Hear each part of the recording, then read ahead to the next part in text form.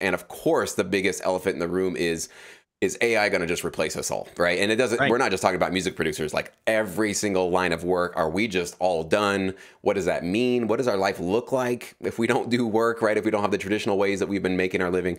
So I want to just kind of dive a little further into the topic of where you get your optimism here. Like, where are you finding, are there certain sources you're following? Is there a certain philosophy that you follow? Maybe something in your background that sort of informs you. It gives you a kind of a lens to always try to find the opportunity and the curiosity in this sort of, uncertain future. We don't really know what's going to be coming down the pipeline.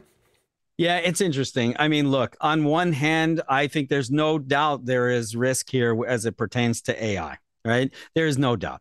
However, it is unlocking new ways of doing things, new ways of thinking, new ways of solving problems. And if we look at it that way, I mean, this has happened in the history of mankind. This one just happens to be a double-edged sword, right? On one hand, there's things that it's going to help do good. On another hand, maybe it could be used for bad. And I recently, when we were at the NAM show, I had an episode of credit card identity theft happen, right? And you're seeing this kind of stuff happen on a regular basis, whether it's robocalls and ridiculous things like that, or it's someone ripping you off completely.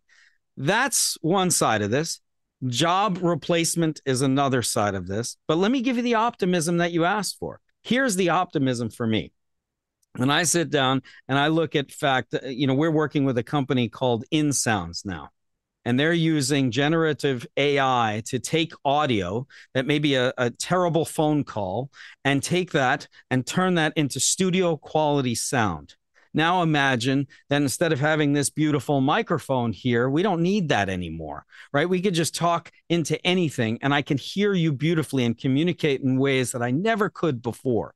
That to me is an incredible opportunity.